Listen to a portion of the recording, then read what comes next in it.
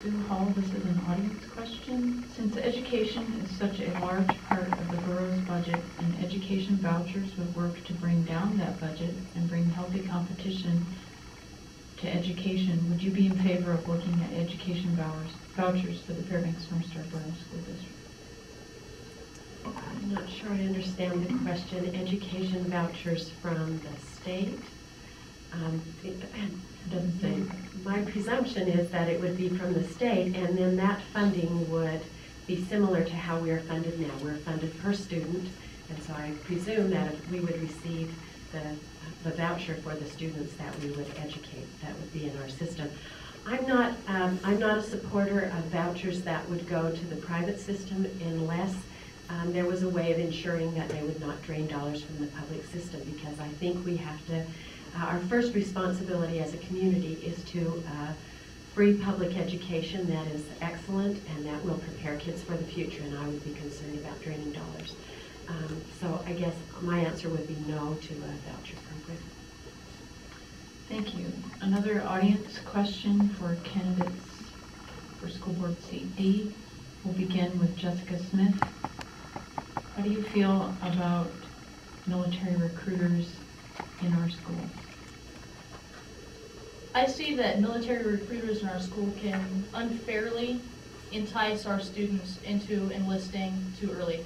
I have a personal heartfelt feeling about this because I took the ASVAB my first time as a sophomore in high school, and for the remainder of high school was pretty much chased around by the recruiters because of my test scores. They wanted me there and they wanted me there now. They wanted me to sign before I had graduated from high school for the delayed entry program by waiving $65,000 in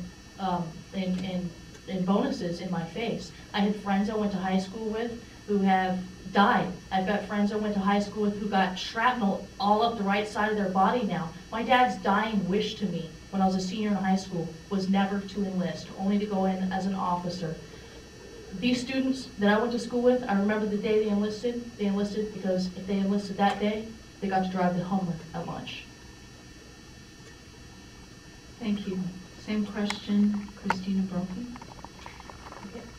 This is a question that's hard for me to separate the personal from, trying to give as logical an answer as I can. My husband served 28 years in the Army, and I see it as a very good career.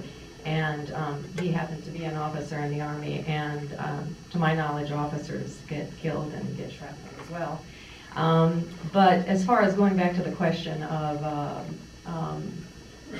recruiters in the school, I think we ask our students a lot to make a lot of important decisions, and that's just one decision that they have to make. I think if recruiters are too aggressive in the schools, and yes, that has to be looked at, but I don't think that there's anything wrong in presenting another opportunity for students and letting them make their own decisions, and with the help of their parents, if that's what they choose. But again, I think we ask them to make a lot of serious decisions, and to say that this is one they cannot make is just not fair. Thank you. And finally, Neva Baker. Well, I too am a military spouse. My husband is currently out with the Guard at Clear, and I do believe that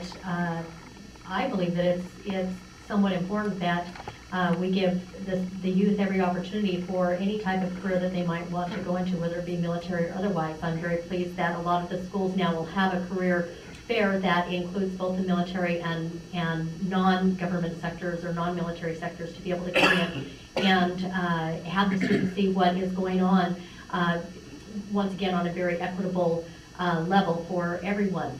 At the same time, I think that if we were to omit military individuals from the schools, once again, what would happen to our ROTC programs? I know that the ROTC program has been very good amongst all of the schools, whether it be Army ROTC or Air Force ROTC. It has provided valuable scholarships to these students. And so, we have to look at, if we remove one, what does it do for the other? So it's something that we really have to look closely at, and, I would be more in favor than to lose that opportunity for our youth. Thank you.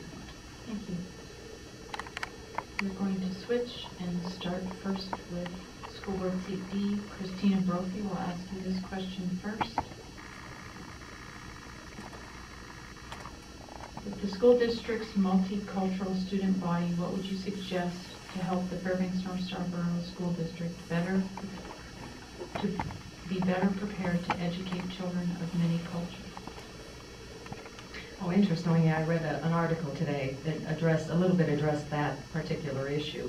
And one of the suggestions that they had was that we do need to look at our own curriculums and see if those curriculums reflect our multicultural environment, as well as going and recruiting teachers that reflect the student body.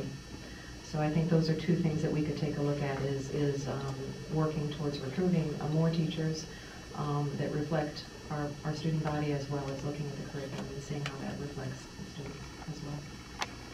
Thank you. Same question, Neva Baker. I have to agree with Kristina Brophy on this one as well. We have over 50 languages that are taught within our school district, and so that definitely shows what a diverse group of individuals and students that we have within our school districts. And